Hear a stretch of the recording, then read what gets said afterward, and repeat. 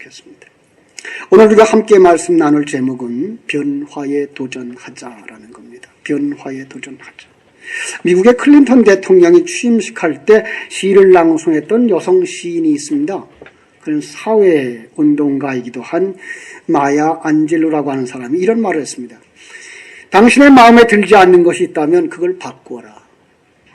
그것을 바꿀 수 없다면 당신의 마음을 바꿔라. 아마도 세상의 일이라면, 그 바꾸고 싶은 것이 작은 것이라면 쉽게 바꿀 수 있겠죠. 그죠? 신발 바꾸시는 것이 있겠죠. 자동차 바꾸는 것 정도도 괜찮겠죠. 그죠? 그러나, 여러분, 더 큰 것, 바꿀 수 없는 것들 있잖아요. 더군다나 그걸 하나님이 우리를 위해서 예비해서 박아놓은 말뚝이라 그러면, 그건 우리가 바꿀 수가 없습니다. 그렇다면 뭐 해야 됩니까? 내가 바뀌는 수밖에 없습니다. 자, 그럼 어떻게 해야 합니까? 우리 한번 바꾸려고 도전해야 됩니다. 하나님은 성도가 변하기를 원하십니다. 우린 변해야 됩니다. 특별히 우리 포일교회 성도들이 이 변화의 도전에 직면하고 있습니다.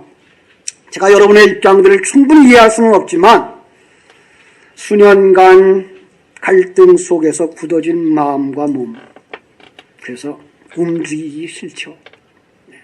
변화하는 거 거부감 있는 줄 압니다. 그런데요, 그냥 그대로 있으면 죽습니다. 변해야 합니다. 그래서 오늘 말씀과 함께 내일 새벽부터 시작되는 특별 새벽 기도회에 도전하기를 주님의 이름으로 축원합니다. 변합시다. 우리 한번 따라합시다. 우리 변합시다. 변합시다. 정말로 변했으면 좋겠습니다. 여기 삭개오라고 이름하는 세리장이 있었습니다. 당대의 세리들. 당대의 세리들은 로마 정부의 앞잡이들이었죠. 그래서 지방의 특산물을 걷어들일 때 거기 세금 내고 각각 집마다의 세금을 걷어들이면서 더 많이 걷어들여 자기의 주머니에 채우는 일을 했어요. 그렇죠? 한국에서도 옛날에 그런 사람들이 있었죠. 일제시대 때의 일제 앞잡이들이죠. 정부의 그 일제의 그 조그마한 세력 가지고 횡포 부리면서 과도한 세금 물려서 자기 주머니를 채웠던 사람들. 그런데 삭개오는 그 중에서도 대장, 세리장이었다고 말하고 있습니다. 처음에는 어떻게 하든지 돈을 벌려고. 왜? 너무 사람 대접 못 받은 사람들이었으니까. 돈만 있으면 사람 대접 받겠지 라고 생각하고 돈을 모으는데 갖은 수단과 방법을 다 동원했습니다. 얼마나 충성스럽게 정부를 위해서 일했는지 정부의 신임을 받아서 그만 대장이 됐습니다. 돈도 생겼습니다. 그런데 그동안 친구 하나하나 잃어버리게 됐고 시간적 여유가 생겼을 때 그는 자기 인생에 대해 생각하게 됐습니다. 인생이 뭐냐? 내가 어디서 와서 어디로 가는가? 지금 난 남부럽지 않을 만큼 재산도 가졌고 지위도 가졌다고 생각하는데 왜 이렇게 허전하고 외롭지? 나를 좋아하는 사람들은 하나도 없고 내 친구들도 다 떠나버리고 이렇게 살다가 죽어버리는 것인가? 여러분, 우리가 이렇게 생각하고 고민해 본 적은 없습니까? 그런데 오늘 본문의 배경이 그런 고민 배후에 어떤 또 다른 상황이 있는 걸 우리에게 가르쳐 줍니다. 누가복음 19장, 이제 예수님이 순환과 십자가의 죽음으로 가는 마지막 주간에 일어난 사건입니다. 그런데 누가는 이 사건을 18장부터 연결시키면서 18장 31절로 34절, 우리 거기 제목 붙여놓은 것만 봐도 알겠죠? 예수님이 그들에게 죽음과 부활에 이를 것을 그들에게 가르쳐 줍니다. 내가 죽을 거야. 그리고 다시 살아날 거다. 라고 말합니다. 그리고 나서는 이제 35절로 43절에서는 소경의 눈을 뜨게 해주는 사건을 넣어놓았습니다. 그 다음에가 이제 예수님과 삭개오의 얘기를 넣었고 그 다음으로 19장 11절로 27절에서는 10사람들에게 한 문화씩 맡겨주고 장사라는 이야기를 써놓고 그 다음에 가서는 나귀 새끼 타고 예루살렘으로 입성하는 내용을 그려놨습니다. 자, 이 그림을 가만히 연결시키면서 이것이 무엇을 우리에게 가르쳐 주시고자 하는 거라고요? 예수 그리스도의 죽음과 부활을 통해서 우리를 구원하시는 하나님의 역사다라는 것입니다. 그렇습니다. 앞에 부분에서 말한 것처럼 예수님의 죽음과 부활을 통해서 뭘 하려고 하신다고요? 소경의 눈을 뜨게 하기를 원한다는 겁니다. 이 땅에 살아가는 모든 사람들이 영적으로 소경이라는 의미입니다. 우리는 멀쩡하게 눈 뜨고 있다고요? 바리새인들이 그랬습니다. 우리 눈 뜨고 있는데 왜 우리를 소경이라고 하는가? 주님은 말씀했습니다. 너희들이 감은 자였으면 좋을 뻔하였도다. 너희들이 소경인 줄 알았으면 좋을 뻔하였도다. 여러분, 오늘 하나님께서는 우리에게 성령을 부으시면 첫 번째로 깨닫는 것이 무엇인가 하면 내가 소경이구나를 깨닫는 것입니다. 내가 죄인인 것을 깨닫는 것입니다. 거기에 누가 찾아오신 걸 발견하는 겁니까? 예수님이 찾아오신 걸 발견하게 되는 겁니다. 그 이름이 삭개오입니다. 예수님은 그 삭개오를 찾아왔습니다. 근데 그 삭개오라는 이름의 뜻이 뭘까요? 삭개오라는 이름의 뜻은 순결하다는 의미도 있지만 의롭다고 하는 의미입니다. 의인이라는 뜻입니다. 묘합니다. 여러분, 그 의인은 언제부터 택했습니까? 창세 전부터 택함받은 자들이 의인입니다. 좋은 이름을 가졌습니다. 그런데 그 실제 삶은 그러지 못하고 있는 겁니다. 여러분, 이게 지금 우리의 모습은 아닙니까? 좋은 이름 가졌습니다. 성도입니다. 여러분, 우리들의 모든 직분이나 모든 이름 가운데 가장 좋은 이름이 뭔지 압니까? 그건 성도입니다. 그건 집사도 좋은 이름이지요. 권사도 좋은 이름이고요. 장로도 좋은 이름이고요. 목사도 좋은 이름입니다. 그러나 먼저 성도가 되지 않나 한다면 그 직분은 정말 무서운 그러한 직분들입니다. 그런데 오늘 우리는 성도라고 하는 이름을 가졌습니다. 그래서 주일마다 교회 열심히 다닙니다. 경건한 삶을 살려고 노력하는 것 같습니다. 그런데 실제 삶은 어떻다고요? 삭개오와 다를 바가 없다고요. 여러분, 이 시간 그 많은 사람들로부터 비난받고 있는 멸시받던 죄인 삭개오가 어떠한 방법을 통해서, 어떠한 과정을 통해서 정말로 하나님을 만나고 하나님 앞에 하나님의 자녀라고 하는 확증을 얻게 되는지 살펴보는 귀한 시간 되어지기를 주님의 이름으로 축원합니다. 첫째로 예수님이 그에게 찾아오셨습니다. 그렇습니다. 삭개오가 우연히 예수님 만난 것 아니고요. 예수님이 우연히 지나가다가 삭개오를 발견한 것도 아닙니다.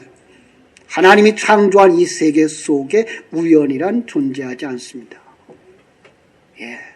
우리는 너무나 많은 것들을 오해하고 살아왔습니다. 이 세상이 우연히 존재했다고 말하고, 그래서 그 우연의 연속으로 뭘 만들어냅니까? 진화론을 만들어내고 있습니다. 그러나 세상은 하나님이 어떤 목적을 가지고 창조한 것입니다. 여러분과 내가 어떤 목적 속에 태어난 것입니다. 그렇기 때문에 우연이란 결코 존재하지 않습니다. 여러분, 어떤 일로 말미암아 우리가 후회하는 일이 있습니까? 아니요. 그 속에도 분명한 하나님의 뜻이 있습니다. 특별히 부부지간에. 여러분, 내가 좋아서만 선택했다고요? 아니요. 그 속에는 하나님의 뜻이 계신 사실을 기억해야 됩니다. 여러분, 내가 좋아서 자녀를 가졌습니까? 아닙니다. 하나님이 우리 가정 속에 필요한 존재이기 때문에 주셨습니다. 그 존재들은 우리를 위하여 만들어져 가며 우리는 그들을 통하여 만들어져 가도록 하나님은 이렇게 큰 뜻을 가지고 우리를 창조하고 인도하시고 계신 사실을 믿는 여러분 되시기를 주님의 이름으로 축원합니다. 요한복음 4장에도 보면 사마리아 여인을 예수님이 만나는 사건이 있습니다. 거기 4장 4절에 보면 이런 말씀이 있어요. 사마리아를 통과하여야 하겠는지라. 그냥 갈 길이 있었다라고 하는 분위기 같습니다만은 원어나 중국어 성경에 보니까 거기 반드시라는 말이 들어가 있습니다. 반드시 가야만 했다라는 거예요. 왜요? 거기 자기 백성이 있기 때문에. 하나님은 이 땅에 오실 때 자기 백성을 구원하러 오셨습니다. 하나님은 이 땅을 창조할 때 자기 백성을 구원하시기 위해서 창조했습니다. 여러분, 그걸 기억하게 되기를 주님의 이름으로 축원합니다. 여기서 우리 확신하게 깨달아야 하는 것, 여러분과 내게 찾아오신 예수님은 우연히 찾아오신 것 아닙니다. 창조전 계획을 가지고 목적을 가지고 여러분과 나를 찾아오셨습니다. 믿습니까? 어떤 계획을 가지고 찾아오셨을까요? 그분의 이름 속에 비밀이 숨겨져 있습니다. 마태복음 1장 21절에 보면은 아들을 낳으리니 이름을 예수라 하라. 이는 그가 자기 백성을 저의 죄에서 구원할 자이심이라 하니라. 예, 자기 백성을 구원하시기 위해서 예수님 오셨습니다. 그럼 여기서 예수님이 삭개오를 만나러 가신 일도 바로 하나님이 그런 뜻을 이루기 위하여서입니다. 결코 우연이 아닙니다. 여러분을 구원하시려고 누가 오셨습니까? 예수님 오셨습니다. 야, 어떻게 보입니까? 당시에는 예수님이 몸을 가진 몸으로 한 곳에 삭개오의 곁에 왔습니다. 그러나 지금은 그러한 육체로 오시지 않고 그리스도의 영, 진리의 영, 진리의 말씀으로 찾아오십니다. 그래서 예수님은 삭개오를 일찌감치 하셨습니다. 그가 나무 위에 올라가 있습니다. 과거에는 우리 성경이 무슨 나무라고 그랬죠? 뽕나무라고 그랬죠. 그런데 이번 성경은 뭐라고 바꿔놨어요? 돌 무화과 나무. 예, 무화과 나무과에 속한 뽕나무입니다. 예, 여러분, 무화과 나무에 대한 이야기 여기서도 할 수 있어야 되는데요. 그가 무화과 나무 위에 올라가 있는 그 모습을 보고서 예수님은 아셨습니다. 그가 누군지. 여기서 누구 생각이 납니까? 요한복음 10장이 생각나셔야 됩니다. 요한복음 10장에서는 목자는 그 양을 알고 하는 것입니다. 여러분, 우리의 목자 예수님은 여러분 한 사람 한 사람을 다 아시는 줄로 믿습니다. 예. 내가 고통스러워할 그때에, 내가 힘들어하고 있을 그때에, 내가 병들어 있을 그때에, 내가 실패하고 좌절하고 있을 그때에도 여러분을 다 기억하시는 줄로 믿습니다. 그분이 우리 위하여 십자가에서 죽으신 예수 그리스도 우리의 목자이신 줄로 믿습니다.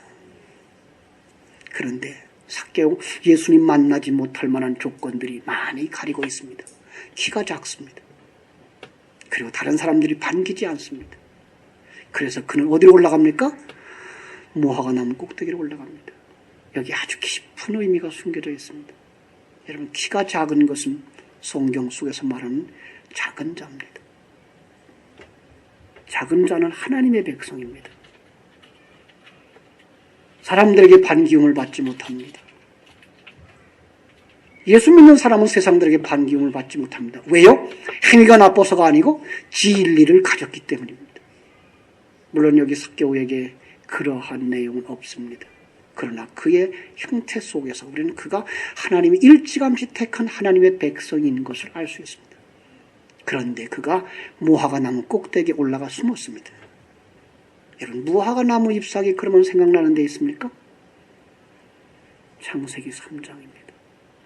그는 범죄하고 무화과 나무 잎사귀로 자기의 수치를 가리고 있는 겁니다. 여러분은 어떤 걸로 여러분의 수치를 가리고 있습니까? 여러분은 어떤 걸로 여러분의 죄악됨을 가리고 있습니까? 주님 말씀하십니다. 거기서 내려와. 거기서 내려와. 그 포장하고 감추고 있는 그 자리에서 나오라는 이야기입니다. 거기서 내려오지 아니하면 주님을 만날 수가 없습니다. 쉽지 않습니다. 쉽지 않습니다. 내 자존심입니다. 내가 신앙생활을 얼마나 했는데, 내가 집사인데, 장로인데, 목사인데, 거기서 내려오라고 할 때 내려가기가 쉽지 않습니다. 그런데 삭개오는 거기서 즐거이 내려와 주님을 영접했습니다. 여러분, 영접이 무엇입니까? 성경이 말씀하는 진리에 옳다고 동의하는 것이고 그 진리를 따르는 삶을 살겠다고 하는 삶의 전환, 변화의 시작입니다. 그렇습니다. 그것이 영접입니다. 진리의 말씀대로 살겠다고 하는 고백, 그리고 진리의 말씀이 무엇인지 아는 자, 그걸 갖다 고린도후서 5장 17절은 새로운 피조물이라고 말씀하고 있습니다. 사랑하는 여러분, 여러분은 새로운 피조물 되셨습니까? 관점이 바뀌었습니까? 세계관이 바뀌었으며 인생관이 바뀌었으며 가치관이 바뀌었습니까? 그렇지 못하다면 바리새인처럼 옛 습관에 집착하고 있으며 종교 행위에 집착하고 있으며 주님이 주시는 진리를 거부하고 있지는 않습니까? 다시 한번 자신의 신앙생활을 점검하는 여러분 되시기를 바랍니다. 그것을 내려놓고 주님이 원하는 자기 부인과 십자가 지는 삶을 살지 않는다면 그는 아직도 무화나무 꼭대기에 있는 삭개오일 뿐입니다. 삭개오는 예수님과 같이 자기 집으로 들어갔습니다. 그랬더니 그 삭개오에게 변화가 일어났습니다. 8절을 보십시오. 삭개오가 서서 주께 여짜오되 주여 보시옵소서 내 소유의 절반을 가난한 자들에게 주겠사오며 만일 이것을 도색한 일이 있으면 4배나 갚겠습니다. 엄청난 변화입니다. 그에게서 재산은 생명과도 같은 것입니다. 내가 이걸 위해 내 일생을 바쳤습니다. 근데 그걸 내놓겠다는 겁니다. 왜 그렇습니까? 이게 인생의 전부가 아니라는 걸 깨달았다는 겁니다. 이게 인생의 목적이 아니라는 걸 깨달았다는 말입니다. 사랑하는 여러분, 우리 왜 인생을 살아갑니까? 세상 것 얻기 위해서 살아갑니까? 그게 목적이 된다면 당신은 아직도 주님을 영접하고 주와 함께 사는 자가 아니올시다. 주님을 영접한 자마다 새로운 피조물마다 가치관이 변화가 되어 있습니다. 이 세상 것 많이 얻는 것 좋습니다. 열심히 노력해서 얻으십시오. 그건 당신의 그릇만큼 얻게 되어 있습니다. 그것은 여러분의 삶의 목적이 아닙니다. 우리는 이 세상을 통해서 자기를 부인하고 십자가 지는 그 삶을 통하여 하나님의 사람으로 완성되어져 천국에 들어가는 것이 우리 인생의 목표이지, 이 땅에 있는 것, 어떤 것을 가지고 부유함을 가지고 자존심을 가지고 자기 명예를 가지고 자기를 높이는 것이 목적이 아닌 것을 기억하게 되기를 주님의 이름으로 축원합니다. 그렇습니다. 예수 생명이 성도들에게 뚫고 들어오는 그 순간부터, 진리의 말씀이 성도의 심령에 뚫고 들어오는 순간부터 변화가 있습니다. 누가 변화가 없다고 말합니까? 본질상으로 변화가 없다는 의미에서 변하지 않는다는 말을 할 수 있습니다. 그러나 다른 사람들이 그를 볼 때 그는 분명히 변하게 되어 있습니다. 사도 바울의 극적인 변화를 우리는 그렇게 기억하지 않습니까? 그도 이전에는 배울 만큼 배웠습니다. 배우고 익힌 유대 스승들의 전통적으로 성경을 해석했고, 그리고 그 땅에 다윗 왕국을 세우는 것이 그들의 소망이었고, 그러한 메시아를 그들은 소망하며 기다리고 있었습니다. 그래서 예수가 메시아라는 소리를 들을 때에 그 소리를 전하는 자들을 향하여서 손가락질을 했고 혈기냈고 그들을 잡아 죽이러 쫓아다녔습니다. 그런데 다메섹 도상에서 하나님이 그에게 뚫고 들어왔습니다. 성령의 빛으로, 생명의 말씀으로 뚫고 들어오자 그가 변했습니다. 이제까지 그가 추구하던 것이 배설물이라는 것을 알았습니다. 하나님 주신 진리의 말씀, 이것만이 첨단 가치가 있다는 사실을 깨달아 알았습니다. 그는 그때부터 변했습니다. 그리고 그는 이 복음의 증인으로의 한평생을 살았습니다. 그렇듯이 삭개오가 주님을 만났습니다. 그가 벌떡 일어나서 주여 보시옵소서, 내 소유의 절반을 가난한 자들에게 주겠습니다. 이제 이거를 연연하며 살지 않겠습니다. 여러분, 절반을 가난한 자에게 주었습니다.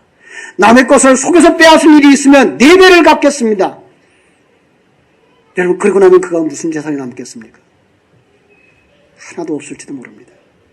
그러나 그럼에도 불구하고 난 이것으로 사는 것이 아니요, 하나님의 입으로 나오는 모든 말씀으로 사는 것이 진리인 것을 깨달아 알았다는 이야기입니다. 엄청난 자기 희생을 가지고 가지 않고는 불가능한 고백입니다. 그는 보았습니다. 그는 깨달았습니다. 무엇이 인생인지, 무엇이 참 가치인지, 왜 자신이 이 땅에 태어났는지, 예수를 통하여 눈이 열린 것입니다. 그에게 엄청난 변화가 일어났습니다. 하나님이 이렇게 변화의 현장을 준비하고 여러분을 초청하고 있습니다. 주님 안으로 들어오시기를 주님의 이름으로 축원합니다. 이 적극적 변화에 도전하시기를 바랍니다. 여러분이 분명한 성도들이라면 이미 당신 안에 변화가 일어나고 있다는 것을 아시기 바랍니다. 예수 믿었으니 변화가 있습니다. 그런데 우린 너무 조급합니다. 우리 사람들이 너무 조급합니다.